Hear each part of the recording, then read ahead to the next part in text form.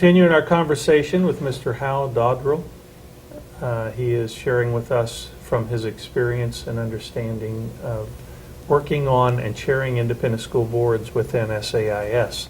Let's talk a little bit about understanding the role of the head and the role of the board. What about the role of the head of school should a new board member be aware that they might not naturally understand? You know, I think the biggest issue that certainly I felt when I was a new trustee is it was the realization that the head is a one-person constituency, the only one-person constituency in the entire school. When you think about it, the rest of us belong to a group. As trustees, we're members of a board. There's the parent group, there's alumni, there's a faculty. We all have friends that we can go and talk to. It's, in a lot of ways, the head job is very lonely. And so I think one of the ways that we can support the person in that position is to realize that and be a person that they can come to and present emerging thinking without feeling like they're going to be judged immediately. Everybody needs somebody to talk to and to bounce ideas off of, and I think that's a very valuable role that we as trustees can play. How can a trustee be most useful in supporting the head of school? Well, first I would ask the head that question.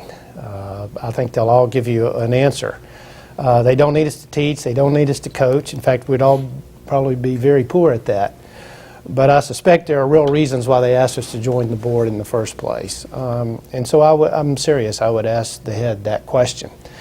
I do think there are several ways in which we can help. Importantly, one is in what I call friend raising and in fundraising. And I have people come to me all the time and say, look, now I'm not going to ask people for money, and I understand that.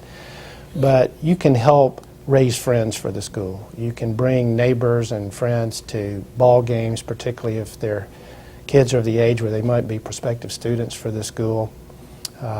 You can set up appointments for the head to have lunch with different business people around town or those who make an impact to school in a meaningful way. There's all kinds of ways you can contribute to advancing the institution in that role without having to ask people for money. Clearly, to stay focused on strategic issues and stay out of the day-to-day is very helpful. I think importantly too, and this doesn't come up a lot, but every now and then, really gifted leaders, heads, will make decisions that are not popular. They have to for the good of the school. And standing by that head in times like that is critical. And we've talked about a whole host of issues associated with this, but meeting directly with people who don't agree with those decisions is a no-no. Occasionally a chair may have to step in together with a board and have some type of communication with the rest of the school community. But by and large, just standing behind that person, supporting him or her, that's one of the largest contributions I think you can make as a trustee. It just makes them more effective in the school and, again, helps the school achieve its plans. Often we come into new roles in our life where while we imagine that role might be versus what it turned out to be, there is somewhat of a disconnect. What would you say in your experience has been the greatest disconnect from what trustees expect from the role as trustee versus their actual role as a trustee? You know, that's a bit of a tough one. I think it's more work than most people realize. Clearly, that would be my first answer. Like anything else, the more you put into it, the more fulfillment you get from it. And clearly, it's work that really matters. I think that maybe some trustees come to the job feeling that they were really going to have much more sway over day-to-day decision making, and you learn real quickly that is not the case, and in fact it's very detrimental. You need to stay in your box and stay in the trustee box. Those are the two that kind of jump to my mind immediately. Would you share with me from your understanding of school governance the authority that an individual trustee brings or has outside of functioning as part of the whole board? Well, the answer to that, from my perspective, is none. Board members have no authority outside of that.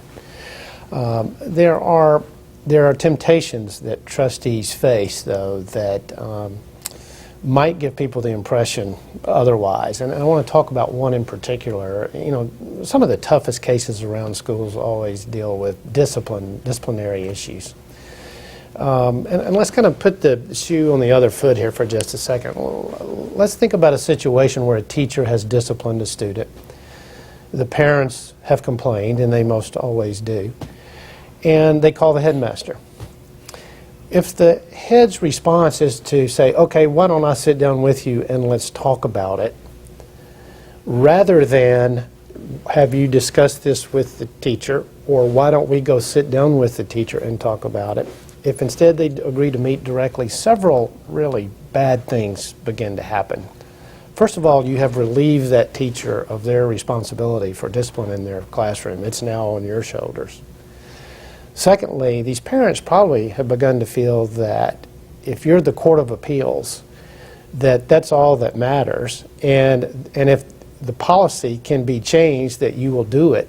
And so there begins to be a feeling of confusion about what the policies really are, who's in charge, who has the authority, and you've taken a huge step backwards there. And so the proper response is go deal with the teacher, and then the next step would be, I'll meet with you, but we're going to meet together with the teacher.